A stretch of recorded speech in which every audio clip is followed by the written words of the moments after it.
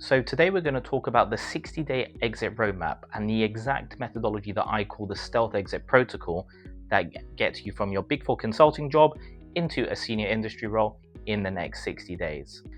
If you're watching this video, you're likely a Big Four consultant, you might have been there for a little while and you're looking to move over to industry, or you might be a Big Four consultant that's just left the Big Four and looking for your next role, and you've realized that industry is where you want to be. And so you're looking for how you can actually accelerate the timelines and a strategic approach that puts you at a competitive advantage to land those roles against your peers. Well, you've come to the right place, and that's exactly what we're going to cover in this video. Now, before I get into the good stuff, my name's George. I spent 8 years at the Big Four across both London and Sydney before I was made redundant. And I had to get back on my feet very quickly, and I actually landed a senior industry role in just 5 weeks.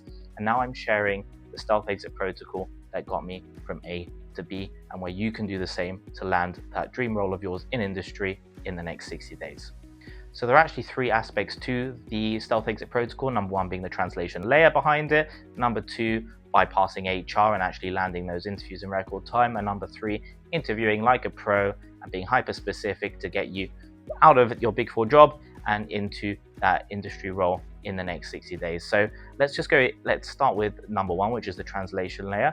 Now, it's likely that you've probably faced analysis paralysis. So you're probably aware with what I mean here. Your consulting experience doesn't exactly match up with any industry role. So you're a senior consultant, you're a manager, you're a senior manager, you're a director at the Big Four. But you know that these role titles are just specific to the Big Four. There's a clear delineation up the ladder there, but in industry it's less clear cut. And you want to know, or you want to map your skills to exactly the roles that you've got experience for based on your Big Four tenure, or maybe from other companies previously. You want to know the exact roles that you're eligible for, which can be confusing.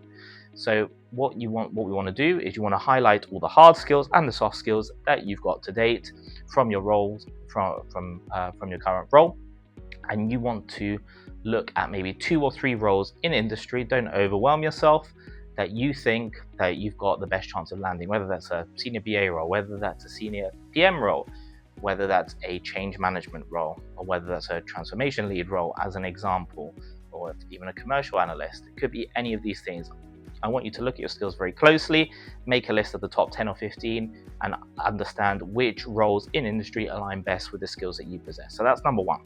Now, number 2, and this is probably the most important part of the whole stealth exit protocol, and that's actually translating your advisory experience into the operator language that industry hiring managers actually love. And this is the most important aspect, because at the Big Four, you've been advising, right, in your whole career. You might have done some implementation work, but you're still an advisor. And so the language that you speak, so facilitated workshops, fixed alignment, or led work streams, this is all very consulting, very Big Four language, and you want to get rid of that. Not to say it's not useful, but you want to reword this into language that industry hiring managers love, so that actually has commercial ROI. So you want to talk about the outcomes you achieved and the tangible ROI. You want to add some hard metrics where possible as well, to show that the value that you brought and that you actually know what you are talking about and what you're doing. So again, the outcomes you achieve might be cost related, they might be operational savings related, they might be related to other sort of business agility, brand reputation, anything that you can quantify, or even if they're just soft metrics, as long as you dress them up and back them up properly, this is the sort of stuff that they want to hear. Okay, so we've spoken about the translation layer. Let's just go into the second part of the stealth exit protocol, and that is actually landing the interviews and bypassing HR. So this is probably one of my favorite bits to talk about. So when Big Four consultants often apply to industry roles, what they do is they go on LinkedIn, find the job post, and easy apply it, right? It's easy, you don't have to think too much, you upload your CV and off it goes. The problem is, and I'm sure as you guys would have seen, there are literally hundreds of applicants for one role these days. Things are hyper competitive and honestly, anyone can just submit an application, not to say that they're all good quality either, okay? And so it's very easy for your CV, or even covering letter as well, to get lost in that mix, okay? So you want to try and bypass this as much as possible. You guys are Big Four consultants, you're smart, you're resourceful, okay? Let's try and be proactive, as you do in your day job anyway, and try and bypass this step. So what you want to do is you actually want to outreach the hiring manager for a particular job post that you're interested in directly, or find the key decision makers at the organization that you're interested in and outreach them directly as well, okay? Now, a framework that you can use and that I like to use as well myself when outreaching these key decision makers is essentially there's three elements to an outreach message. Number one, you want to maybe have been following that person for some time and notice some key activity that piqued your curiosity. You want to mention that in your first bullet point, paragraph, whatever. Number two, you actually want to talk about some value that or something that you've delivered in your past, maybe a case study or credential that might be relevant to that particular person or the organization that essentially positioned you as a consultant rather than a candidate. So that's number two. And then that final element or that final paragraph will be transitioning into asking for a Zoom call or an informal coffee chat. Okay, and that's essentially a way in to speak to them before any official hiring processes or and getting lost in that pool. Okay, so you want to position it as I can help you out in that third paragraph. Let's have a chat about this, and then go and have that chat with them thereafter. And if you can show you can provide some value, that should naturally gravitate towards how, maybe any internal jobs that they've got that aren't being advertised, or if there is a job that is being advertised, how you can actually go about getting that role. So that's what I would personally do, and that will just speed things up and increase your likelihood of actually getting a response in the first place. Now, don't worry, if hiring managers or these key decision makers don't reply to your first LinkedIn message, do follow up after 48 hours. I'm not saying spam people, but you do need to follow up. These guys can be very busy, as I'm sure you are as well. Now, the last part of the stealth exit protocol is the actual interview stage, and this is what I call interview like a pro, okay? So you want to use the STAR framework as a framework for all your interview answers, okay? But you want to be hyper-specific with your answers as well, okay? So the STAR framework, for anyone that doesn't know, is essentially a way of framing your answers. It outlines the situation, the task, the action, the result. Okay, I swear by this, I've used this myself multiple times, and it just gives you a structured way of thinking that becomes second nature over time, okay? So you want to get really good at using this, and you can actually download a list of potential interview questions online these days. You just get good at preparing them. But when I mean being hyper specific, I specifically mean for you guys that are at the Big Four, because a lot of the experience you have, you'll get used to just speaking very high level about things. So you prepared this roadmap, you prepared this pack, you helped this partner to align the internal strategy with the external strategy, all fluffy consulting jargon. In industry, you want to talk about the impact you have. So instead of spending 80% of the time outlining the situation and the task of the project you were doing, I want you to flip the script, okay? You're going to spend only 20% on the situation and task, but 80% talking about the action and the result, okay? And that's what industry hiring managers want to know about. They want to know what you actually achieved, the impact and the outcome, okay? So that's probably the most important takeaway I want you to get from this particular section. Another thing I also want to talk about is the salary negotiation portion. Now for this, obviously it's going to depend on the role that you're applying for, but the way to go about this is to position yourself as an authority. And I'll speak from experience and what I personally did here as well.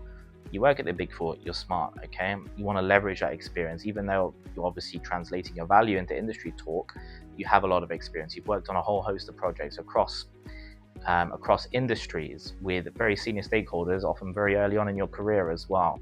You have that confidence about you, okay? Use that to your advantage. So instead of when they ask you what salary range are you looking for, you don't want to say I'm looking at roles around 150k. It shows that you maybe don't have that many options, and it puts you not in a position of authority. So you want to say I have been interviewing for other roles at the 150k mark as an example, okay? And so even just by tweaking that language, it positions you as an authority and someone with an abundance mindset rather than someone as a scarcity mindset where they're doing you a favor, okay? So it's more about framing the language when you're negotiating salary, and you really want to draw on the fact that you've got all this amazing experience, that you can get your hands dirty, that you've had to get your hands dirty quickly over the years, which you have right at the Big Four. You're often thrown on a project, you know nothing about it, and you guys know exactly what I'm talking about here, okay? And you've had to get up to speed very quickly, okay? Now that is a skill that many that have just stayed in industry their whole careers don't have. So use that to your advantage, bring that confidence, bring that abundance mindset in, okay? Position yourself as authority, and you'll get the salary that you're looking for, okay? So I hope this has been helpful for you guys. So just to summarize the stealth exit protocol again. So number one, we spoke about that translation layer, which is arguably the most important part of the stealth exit protocol, and what I see most consultants struggle with the most, because it does require a mindset shift in how you position your value. Number 2, it's bypassing HR and getting those interviews landed as quickly as possible. And part 3, which is actually interviewing like a pro and being hyper specific. Okay. So these are the 3 elements. Now, if you practice this iteratively and keep on doing this over time, I have no doubt that you can land that role in industry as quickly as possible as well, and within the next 60 days.